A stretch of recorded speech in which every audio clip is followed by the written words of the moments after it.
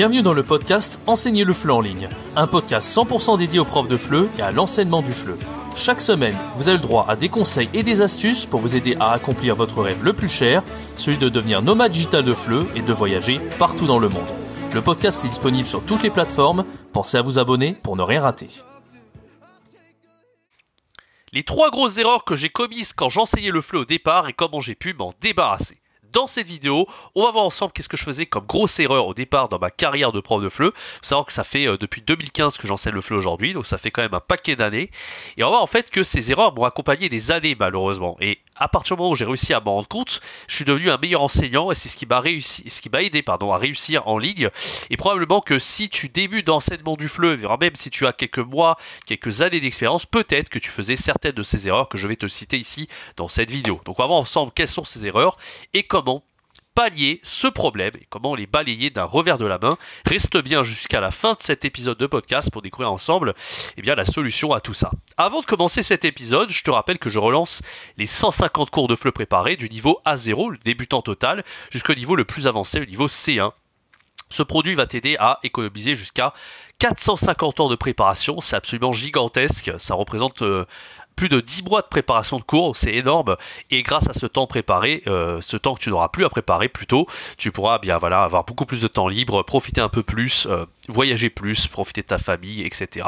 Avoir plus de loisirs, enfin tu le sais, le temps c'est de l'argent, donc pourquoi ne pas en profiter grâce à ces cours que je te propose aujourd'hui, au tarif de moins 70% de réduction jusqu'au 1er septembre, c'est disponible dans le premier lien dans la description si tu es intéressé pour gagner un maximum de temps et justement c'est des produits que j'utilise maintenant depuis plus de 4 ans qui m'ont permis de fidéliser jusqu'à 200 élèves en ligne, donc c'est pas rien du tout, j'ai même utilisé en présentiel pendant des années, donc voilà.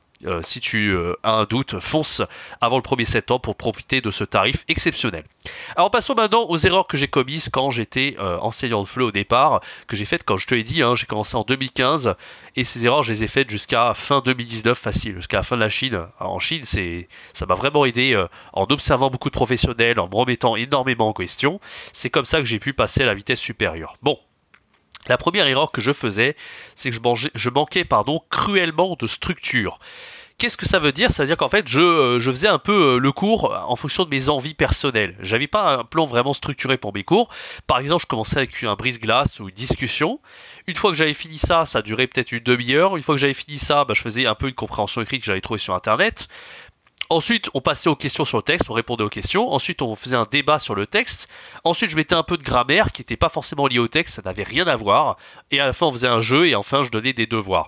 Bon, dit comme ça, on a l'impression qu'il y a une cohérence en fait dans ce que je viens de te dire.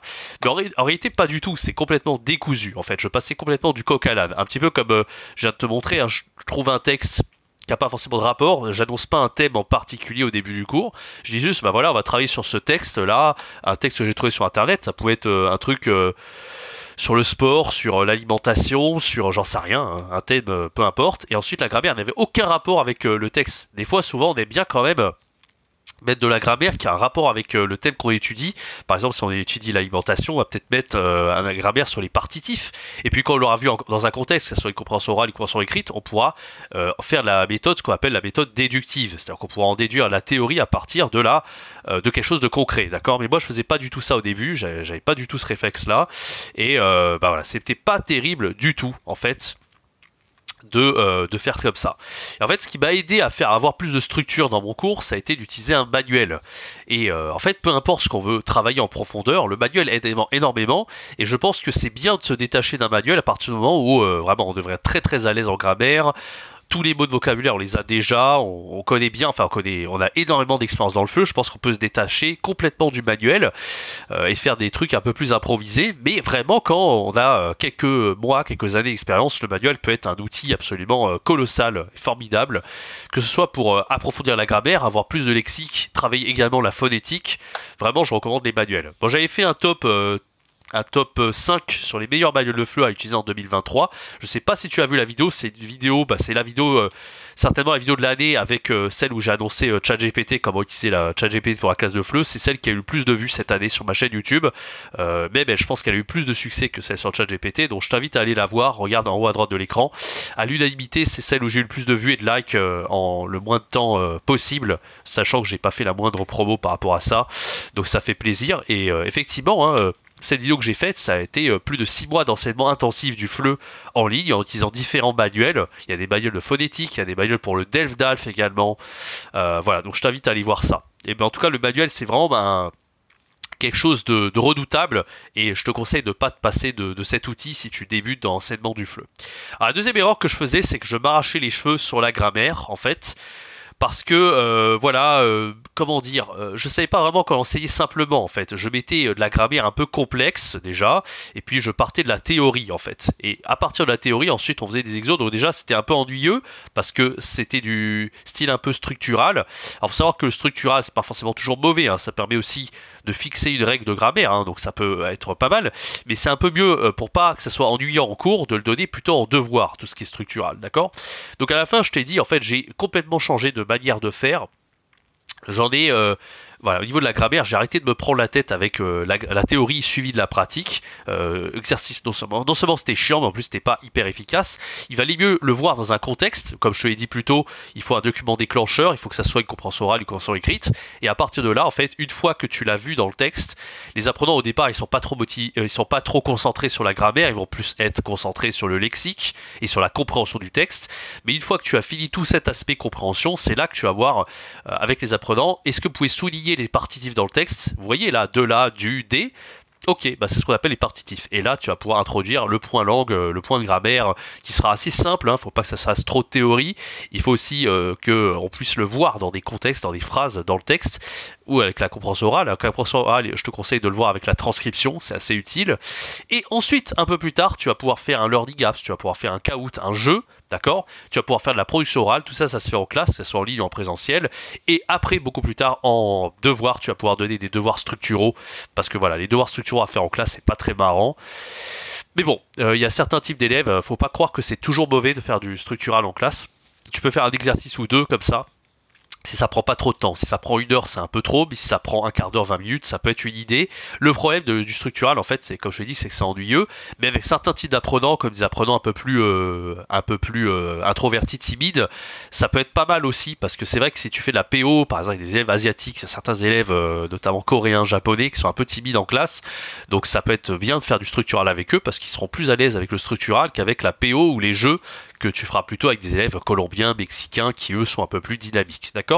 Voilà à peu près pour la troisième erreur. Et la troisième erreur, ça c'était la deuxième erreur. La troisième erreur, c'est que je passais beaucoup trop de temps à préparer mes cours. Parfois je préparais pendant 5 heures mes cours, c'était absolument n'importe quoi, d'accord? Voilà, donc c'était nul, parce que en fait je pensais que plus je préparais mes cours, plus ça allait plaire en fait. Voilà, tout simplement. Ça m'arrivait vraiment de préparer énormément. J'avais fait une vidéo récemment sur la chaîne sur comment créer un examen de FLE. J'avais créé des rébus, des jeux, j'ai essayé de faire original.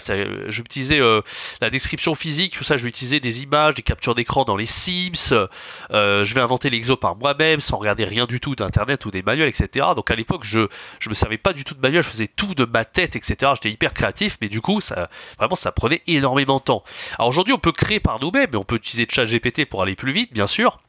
On peut utiliser un manuel, comme je te l'ai dit un peu plus tôt dans cette vidéo, mais on peut également, pour aller plus vite, ça c'est aussi quelque chose qui est possible, c'est que on peut se servir de cours qui sont déjà prêts.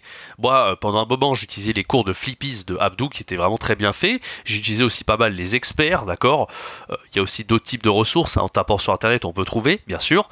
Et on peut aussi les préparer par soi-même. Et on n'est pas obligé d'y passer 5 heures. Moi, c'est pour ça que tous ces cours que je te propose là, les 150 cours de FLE préparés, ils sont fonctionnels, ils sont très complets, mais ils sont faciles. T'attends pas à des cours comme Abdou qui sont hyper visuels, hyper jolis, avec des super images, de banques d'images, etc. De toute façon, ce qu'on veut, c'est que ça soit fonctionnel, que ça soit efficace, d'accord, et qu'il y ait de la valeur pour l'apprenant, et que ça soit facile à utiliser pour toi, bien sûr. Mais on veut pas des trucs les plus jolis du monde, etc. Le visuel, que ça soit joli, etc. Bon, ça c'est juste pour un peu se la péter. Mais selon moi, c'est pas le plus utile quand on enseigne le FLE. Le but, c'est, comme je te l'ai dit, c'est que ça soit vraiment efficace et fonctionnel. Voilà. Donc par rapport à ça, moi je te conseille bien sûr d'avoir un peu les trois options. préparer par toi-même, tu peux utiliser ChatGPT pour aller plus vite. Les manuels de FLE, ça peut aider à avoir une structure, comme on l'a vu dans l'erreur numéro 1 dont je t'ai parlé un petit peu plus tôt, d'accord. Et bien sûr avoir des cours tout prêts. Et c'est pour ça que je te propose aujourd'hui les 150 cours de FLE préparés, fonctionnels, prêts à l'emploi, très complets, d'accord. Voilà, il y a quelques commentaires clients que j'ai rajoutés, je vais rajouter sur les pages, ça fait un moment que je reçois des commentaires clients et je les ai pas rajoutés, donc je les ai rajoutés sur la page aussi si tu veux un peu de preuve sociale, si tu n'es pas sûr de passer à l'action. En tout cas, sache qu'ils sont à moins 70% de réduction jusqu'au 1er septembre, c'est pour préparer la rentrée. Si vraiment t'es un peu stressé de la rentrée, tu te dis ouais, moi alors dans FLE c'est vrai que c'est pas vraiment l'éducation nationale, mais si tu es en ligne, peut-être tu auras plus d'élèves au mois de septembre, parce qu'en vacances, ils sont partis en vacances peut-être en juillet août, donc ça peut être l'occasion pour toi vraiment de t'enlever une grosse épine au pied, voilà, de pas te dire que tu vas préparer à foison tes cours et te concentrer sur l'essentiel, c'est-à-dire vraiment avoir un bon marketing, fidéliser tes élèves et plaire à tes élèves surtout. C'est vraiment ça sur quoi tu dois te concentrer si tu es en ligne, et pas sur la préparation de cours, parce que de toute façon l'élève il la voit pas, la préparation de cours. Et comme je l'ai dit, si tu prends un super PowerPoint, même les PowerPoint de Abdou Flippis qui sont hyper jolis visuellement, l'élève quand il voit ça il dit bon ok c'est joli, mais voilà, un manuel c'est aussi joli, de toute façon il s'en fout quoi, que tu aies passé des nuits blanches à préparer, c'est pas ce qui fait la différence. Voilà, donc si tu veux gagner un max de temps, encore une fois, profite de ces cours jusqu'au 1er septembre, c'est tout bénef, et quant à moi je te donne rendez-vous très bientôt pour une prochaine vidéo, un prochain podcast. C'était Jérémy, ciao bye bye.